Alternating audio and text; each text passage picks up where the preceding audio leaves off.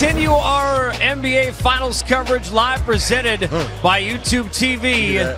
16 threes off the bench in a finals, the most in the history of the NBA Finals for Fred VanVleet. And how about going undefeated? Not able to do that as a team the whole run, but 6-0 when that man Pascal Siakam had 25 or more. So 26 was a good number tonight. Congrats to the two champs.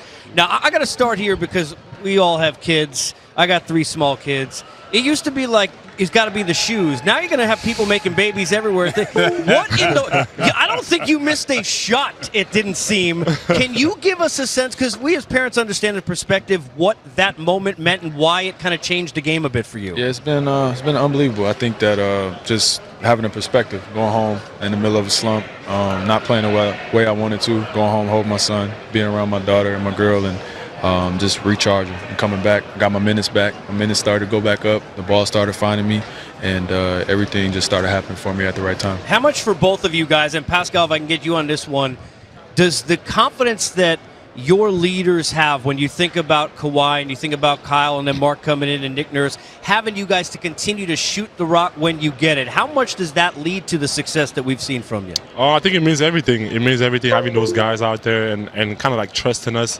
to go out and play our game. And I think I always feel like confident, and when I'm with Fred on the floor or Kyle, it just brings such a calmness to the game that when I'm out there, I just feel comfortable, and I just go out there and play. And daggers, I mean, one after another, those big shots. Well, what's the feeling as you're about to kind of get in that spot where you know you're going to take that tough shot? Just line it up. That's what you work for. You work all summer, and you work all year, and you stay confident in yourself. We got great leaders who know they can't do it by themselves, and guys like myself know that these guys need help some nights, and they were throwing everybody at Kawhi and just being able to step up and make some big plays for us. You know, defensively, I thought you guys were great in this series because you arguably you're running into one of the best offensive machines ever, and I thought the way you guys approach defense and the way you attack defense, and particularly your assignment in terms of guarding Steph Curry. Take us through your mindset and what it's like to guard him. And you're used to helping him recover in defense, but when you're guarding him, there's no such thing as help and recover. Nope. You just have to stay attached. What was your mindset like guarding him? Well, first, I want to say that it's a 5-man job. So I can chase him around. I can do whatever I have to do as best as I can. But if I don't have that help behind me, if we don't have those coverages in place to when he does get loose or he does push off or he does get a free one that the next man up steps up and helps me, it wouldn't be possible. So I just wanted to make it tough on him. First few games, I picked him up full court, turned him, tried to wear on him. He still scored, felt like 1,000 points on me as a defender. You hate getting scored on, but just make it tough on him, and I think it weighed on him, and obviously you don't want to see Clay go down, but with just Steph out there or just Clay out there, you got to make somebody else take a shot. I mean, we got a ego here in terms of just watching how you defended him, how you were locked in. And the thing that I always notice is that every time he took a shot, you challenge with your left hand. Most players challenge with their right hand. He's a right-hand shooter. You always challenge with your left hand. And that's great technique. That's great defense. You stayed attached. Walk us through in terms of what you're thinking during these situations. Again, just trying to stay attached to him. Once he gives it up is when he's most dangerous. So staying attached to him here. Get a little push off. Mark steps up. He can test the shot. But just me making him work for that. Nothing free and easy. Not giving him anything right here. I got clipped a little bit. Me and Serge ran down. And, he started to get some foul calls the last few games. So it kind of changed my approach a little bit in terms of really flying after him. Started stripping down a little bit more and just making him uncomfortable as best I can. And he missed some open ones, but I felt like I did a good job just making it tough on him. Pascal said he was looking out. He said every time you messed up, man, I had your back. He said you can't take all the credit. Mac, he needs some help over there. Zeke, I got news for you. This is not the only thing he's gonna be holding up. He'll be the most improved player in the league. I really do. And I want to ask you about that. Just I think you look, you've earned it. Just your improvement from year to year and just getting better and more comfortable on the NBA floor. Just talk to me about that a little bit. I think it for me, it was just kind of like understanding that I have a chance, to be here and working every single day to get to this level. And even when I'm here, I still get to learn every single day. So I think having the opportunity to make mistakes kind of helped me out. Going games where I'm not going to score, or games where I'm not going to play well, but having the opportunity to go out there and play again and bouncing back, it means everything. And I'm just excited and kind of like happy to improve every single day and having the opportunity to go out there and play the game that I love. Yeah, both of you guys have been your improvement, and you guys are young players is out of this world. But I want to know, Fred, you talked about the leadership and the guys on your team. Just talk about the changes that happened over the summer. And a new team this year, and now you said you leaned on your leaders. You guys have improved. You guys took on more of a prominent role. You guys thrived amongst all this change. And just talk about that transition to get to this point now. Yeah, I think it started my rookie year 3 years ago. We came in together, and then last year for sure the culture just shifted a little bit. Guys like myself was able to speak up and say certain things. My role grew, and so when we went through all those changes, obviously with the trade and coaches leaving, like, your leaders are going to have bad days. Your best players are going to have off nights. And when you allow guys like myself, Pascal, Danny Green, Norman Powell to have a voice, it's not nothing crazy, but just to have a voice to be able to step up and kind of empower each other, it allows you to lean on a little bit of everybody versus putting all the pressure on one or two guys. And, we had the best player in the league this year, the best player in these playoffs. Obviously give KD some credit before he got hurt, but to be able to lean on him, he takes the pressure off of everybody. Yeah. He doesn't say much, but when he's on the floor, he's going to take the pressure off of it. Yeah, I got to ask you that before we let you go, because Pascal, the Most Improved Award and everything was great, but then you told me when you were sitting here the last few games ago, I said, give me something about Kawhi we wouldn't know. You said tell jokes on the plane. Now, I'm not buying that, and I've been sitting here for days thinking I'm killing myself for not following up. So now that you can't tell me you're thinking about the next game, there is no other game. Be real. Like, what is the behind the scenes of Kawhi that we don't see? Because we marvel at that money up. The mystique makes him who he is, man. You can't get behind those closed doors unless you're behind the closed doors. So one last thing I'll tell you guys. I was lucky enough to win a championship my rookie year. Now you guys know what it takes, and you'll never be satisfied again playing on a team that's not willing to put everything into it. So you guys can be leaders now the rest of your career, because getting there and doing it when you're young gives you an edge over a lot of people in this league, and use that edge. Yes, thank you. Congratulations, guys. Well deserved. Thank you. And have fun with that reception up in TO. How long has it been for Toronto? We've talked about it throughout the night. Joe Carter, 1993. Mitch Williams, and then think back to 67 and the Maple Leafs. And then tonight, they the North and they the champs. We've got more coming up. We go north of the border up to Jurassic Park, where Skeets is, I think, still standing. I will say there's going to be some cocktails and dreams, to use the old movie line here in the States tonight. Give us a sense of, from the elation standpoint, how long do you legitimately think this will take to set in? And then the back part of that is the parades. Tell me about the parade. Well, yeah, I'm basically the last person left standing here in Zone 1 of Jurassic Park, because this party has spilled out into Lower Simcoe and over to Yonge and Bay, and it's making its way up to King and Queen and Front and all this good city streets here in Toronto.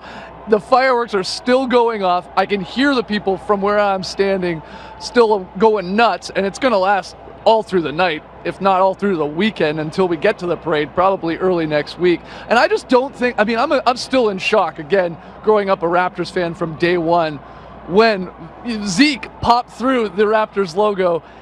I don't think we can over-exaggerate the impact a win like this, a title for the Raptors and for Canada, has on young kids across the country. I remember when the Jays, you'd said it there, when they won their titles back in the early 90s, and the impact it had on me just getting my interest in baseball even a whole lot more, and staying up late to watch those games and finish it off. I think that has happened across Canada throughout this playoff run, and then even tonight. Kids 8, 9, 10 years old getting hooked on this sport, and then going out or talking to their parents and wanting to get into the sport and play the sport, and then you'll just see the impact that'll have years down the line. So it's pretty special, not only for the Raptors and the players, and I'm so excited for guys like Kyle Lowry, the longest tenured Raptor, but I'm really excited for the impact it has really on Canada youth basketball.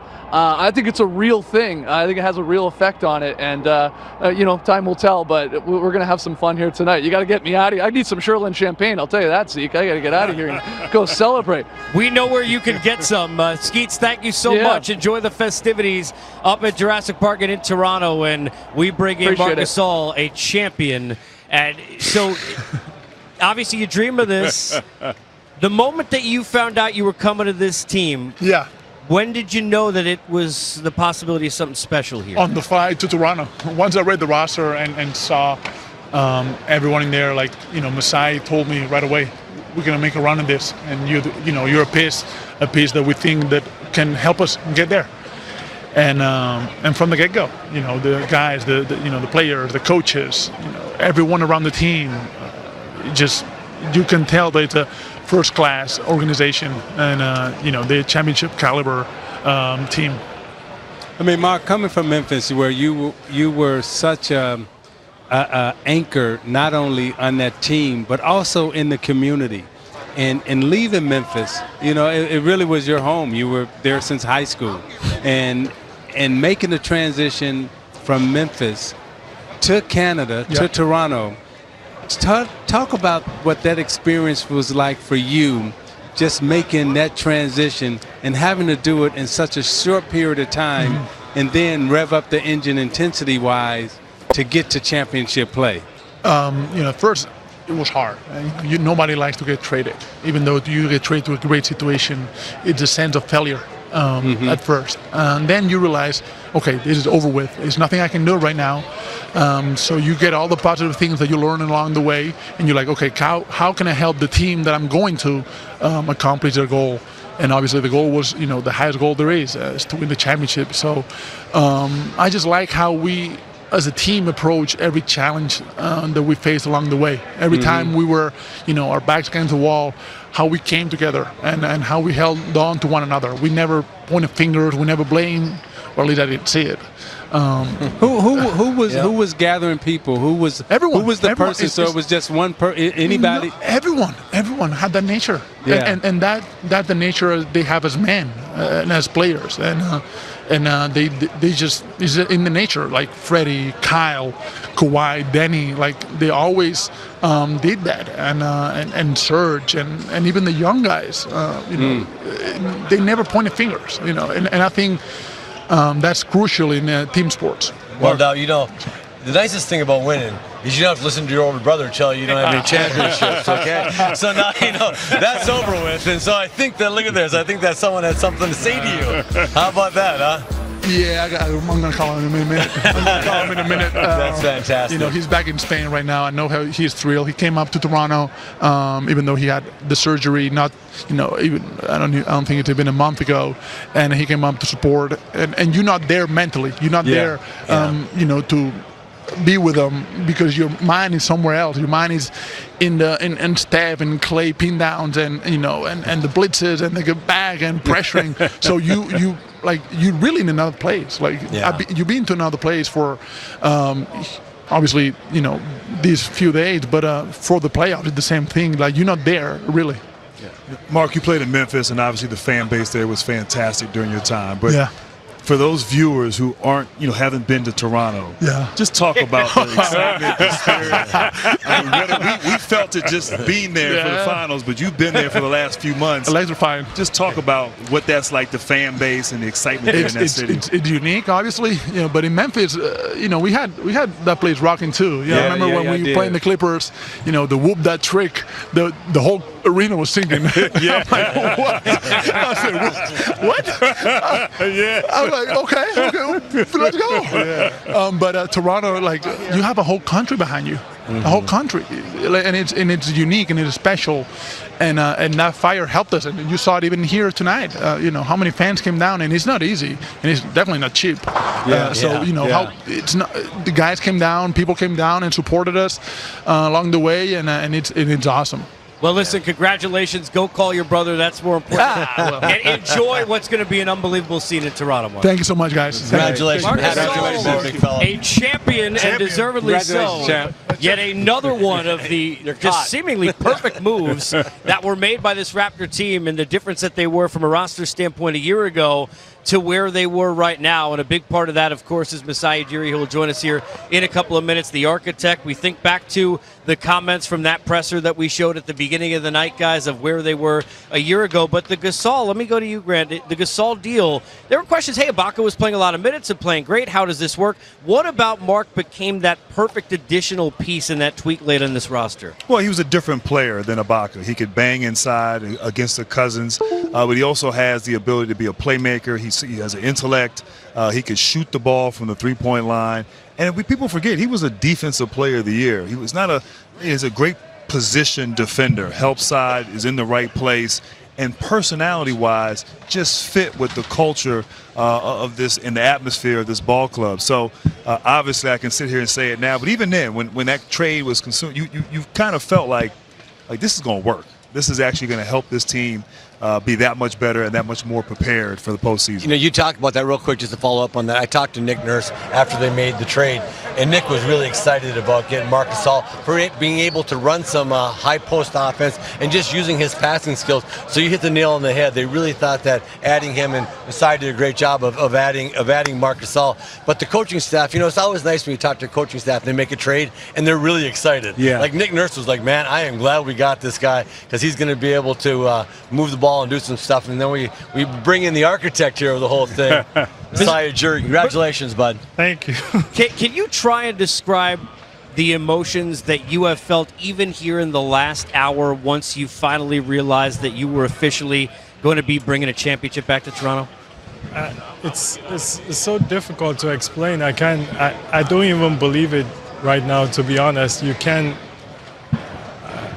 All these guys have been through it. I can't even describe it. You see those players celebrate in there, and to me, it's what the players have done and what the coaches have done. They play, they have the pressure on them. They coach, they have the pressure on them, and to perform at a high level. I tell you what, Golden State. It's incredible, and you need some luck. We had some luck. A couple of their guys got hurt. You got to take all those little things here and there, you know. And I'm humbled to see a team that's come here 5 times and what they've done, and then you come here for the first time and see the struggles to get there, and then you really appreciate them. You know, Masai, I like to talk to you about, you know, a hero of yours and a hero of mine, in terms of Nelson Mandela and what he believed about sport. And you've taken that philosophy and put it not only into yourself, but also into the NBA. And then when we look at the Toronto Raptors, you put that culture and you put that philosophy into your team.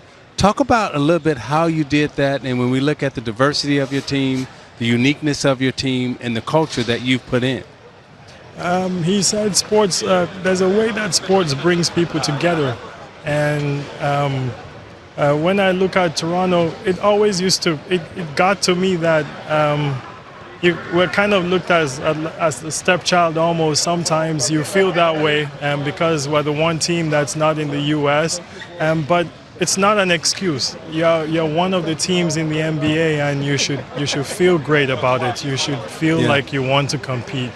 And what that man did to bring people together around the world, when I look at our team, whether it's Gasol or Serge or Kawhi from San Diego or Kyle from Philly, or Alex McKechnie, our medical guy from Scotland, or our GM from Hawaii, it's all over the world, and everybody comes together, and you have one goal, and that's to win. That's why we play sports. We play sports to win. Everything else is on the other side. And then after you try to do that, you bring people together. You treat people with respect, and you bring people together. I want to say this again. I said it in the press conference. What Casey and DeMar did for us was unbelievable. They got us to this stage. They helped us along the journey. And inside our hearts, we really appreciate everything that they did, because without them, we wouldn't be here. And I say that with all due respect and honesty. You've represented the Raptors with class, the NBA with class. Congratulations. Enjoy this. We're going to break in. This guy Kawhi you brought in was pretty good for you. We're going to bring him on. Hey, ask him who if he's won when we played ping pong. Oh, okay, I'll ask you about ping pong. We'll talk ping pong and the present and future with that man on the other side. Don't go anywhere.